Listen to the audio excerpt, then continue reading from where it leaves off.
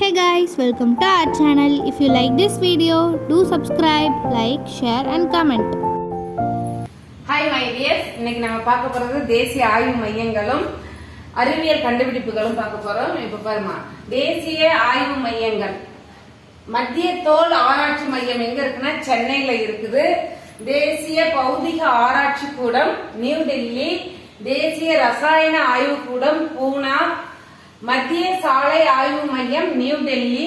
இந்திய தேசிய அறிவியல் பதிவு மையம் எங்க இருக்குன்னா நியூ டெல்லியில தான் இருக்கு. அடுத்து பாரு, மத்திய சுரங்க ஆய்வு மையம் எங்க இருக்குன்னா தன்பாத், அது வந்து பீகார்ல இருக்குது. ஏன் இப்படி இதையும் எழுதுறோம் அப்படின்னா, உங்களுக்கு சப்போஸ் தன்பாத் கொடுக்காம பீகார் மட்டும் கொடுத்திருந்தாங்கன்னா நீங்க அதை சூஸ் பண்ணிக்கீங்க, அதுக்காகத்தான். மத்திய கட்டிடக்கலை ஆய்வு மையம் ரூர்க்கி. தேசிய கடல் ஆராய்ச்சி மையம் பனாஜி. பனாஜி எங்க இருக்குன்னா கோவாவுல இருக்கு. தேசிய கனிமங்கள் பரிசோதனை கூடம் இருக்கு இல்லையா, அது எங்க இருக்குன்னா ஜாம்ஷெட்பூர்ல இருக்குமா. புற்றுநோய் கழகம் சென்னையில இருக்கு. மத்திய திரைப்பட சென்சார் கழகம் வந்து மும்பைல இருக்கு. மும்பை வந்து மகாராஷ்டிராவில் இருக்கு. நான் இதை மாற்றி எழுதிட்டேன், படிச்சீங்க. மும்பைல மத்திய தேசிய திரைப்பட சென்சார் கழகம் இருக்குது. மும்பை எங்க இருக்கு? மகாராஷ்டிராவில் இருக்குது. மத்திய எலக்ட்ரானிக் பொறியியல் ஆய்வு மையம் எங்க இருக்கு? பிலானி. வனவிலங்கு ஆராய்ச்சி நிலையம் டேராடூன். வனவிலங்கு ஆராய்ச்சி நிலையம் டேராடூன். நெல்லுக்கான ஆராய்ச்சி நிலையம் ஆடுதுறை. ஆடுதுறை வந்து தஞ்சாவூர் மாவட்டத்தில் இருக்குமா, எழுதாத விட்டுட்டேன்.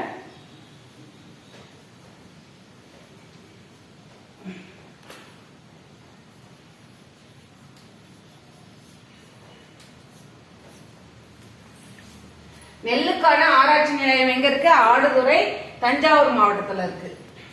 வைரஸ் ஆய்வு மையம் பூனா. ஹாப்கின்ஸ் மையம் எங்க இருக்குது? மும்பைல இருக்குது.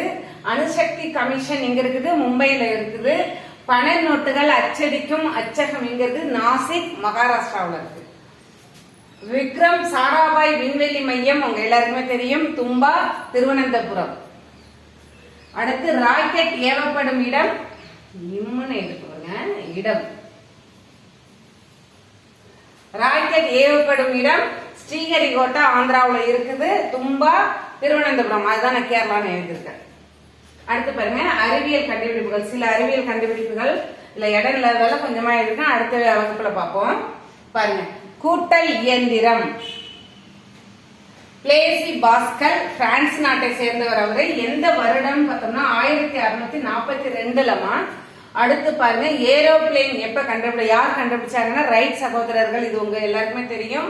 அமெரிக்காவை சேர்ந்தவர்கள் 1903ல கண்டுபிடிச்சிருக்காங்க.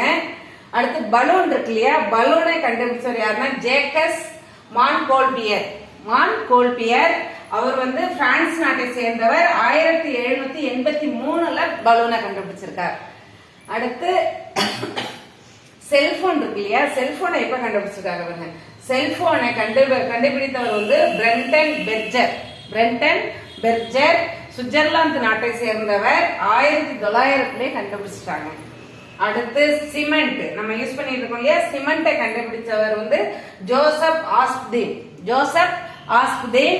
எந்த நாட்டை சேர்ந்தவர் அப்படின்னா இங்கிலாந்து நாட்டை சேர்ந்தவர். 1824ல கண்டுபிடிச்சிருக்காரு. அடுத்து சலவை இயந்திரம், வாஷிங் மிஷின் இருக்கு இல்லையா, சலவை இயந்திரத்தை கண்டுபிடித்தவர் ஜே.எஃப். கேண்ட்ரியல், அமெரிக்காவை சேர்ந்தவர். 1934ல கண்டுபிடிச்சிருக்காரு. தீப்பெட்டியை கண்டுபிடிச்சவர் லான்ஸ்ட்ரோம்.